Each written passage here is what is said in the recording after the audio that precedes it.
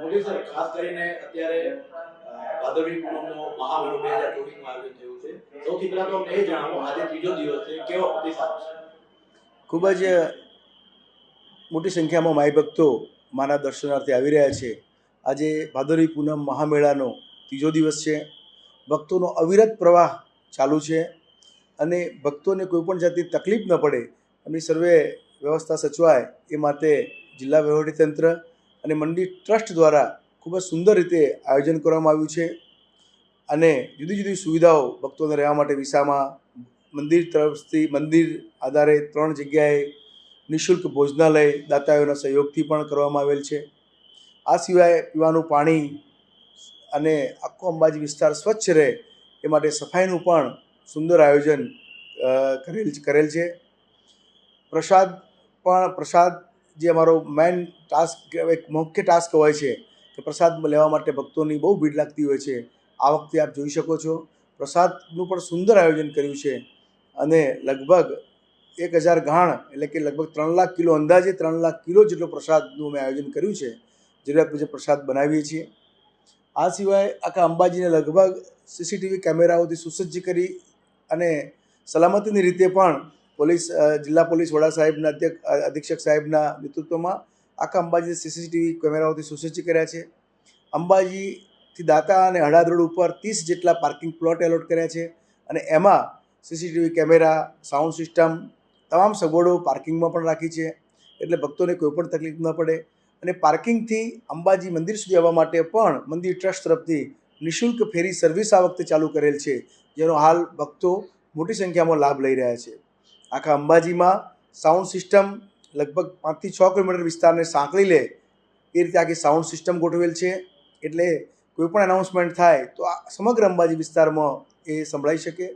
આ સિવાય લગભગ 60 કિલોમીટરના વિસ્તારમાં ભક્તોને, માય ભક્તોને રાત્રે અંધારામાં તકલીફ ન પડે તે માટે લાઇટિંગ કરવામાં આવ્યું છે. દાતા રતનપુરથી માંડી અને અહેમદનગર રોડ ઉપર છેક માકડચંપા એટલે ગડાથી આગળ માકડચંપા છે ત્યાં સુધી લાઇટિંગ કરેલું છે.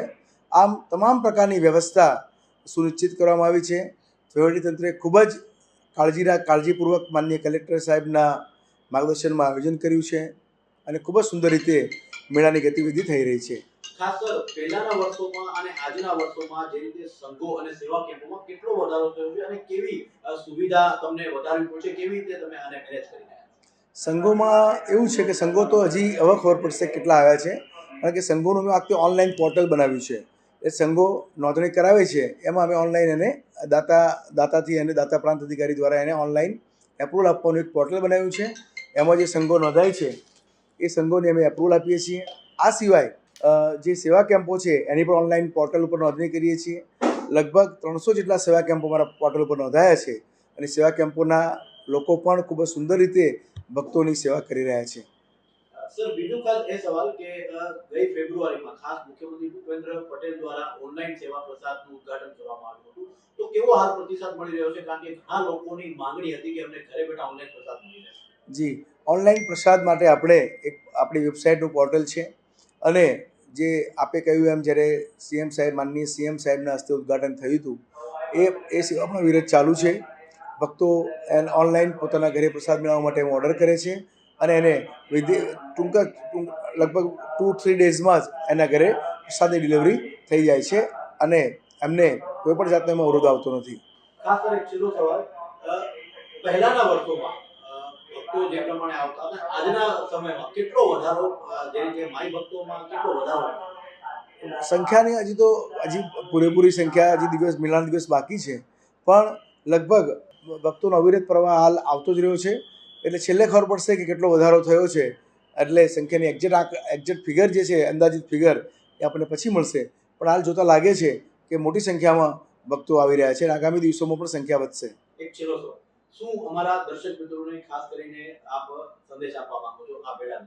બસ સંદેશમાં તો આપ સૌ પણ આ મેળામાં પધારો અને જે સ્વચ્છતા અમારી નિહાળો. મંદિર ટ્રસ્ટ દ્વારા કરવામાં આવતી જુદી જુદી જે વ્યવસ્થાઓ છે, એ બસ વ્યવસ્થા છે, પીવાના પાણીની વ્યવસ્થા છે, સુગમ દર્શન પથ જે આખો છે તે, અમારી પ્રસાદ બનાવવાની જે વ્યવસ્થા છે એ તમામ વ્યવસ્થાઓ એક પ્રકારની યુનિક ઇવેન્ટ મેનેજમેન્ટ છે. તો આપ સૌ આવો અને એમાં સહભાગી થાઓ. જય અંબે.